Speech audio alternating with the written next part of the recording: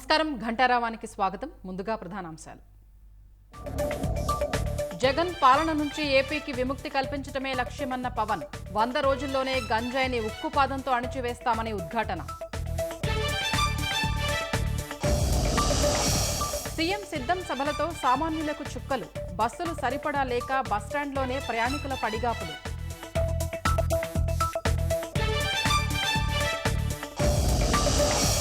ఛత్తీస్గఢ్లో కాంగ్రెస్ నక్సలిజాన్ని ప్రోత్సహించిందన్న అమిత్ షా. మూడోసారి అధికారంలోకి వస్తే పూర్తిగా అంతం చేస్తామని హామీ.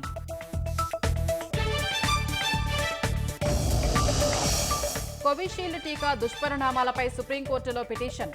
బాధిత కుటుంబాలకు పరిహారం అందేలా ఆదేశాలు ఇవ్వాలని విజ్ఞప్తి.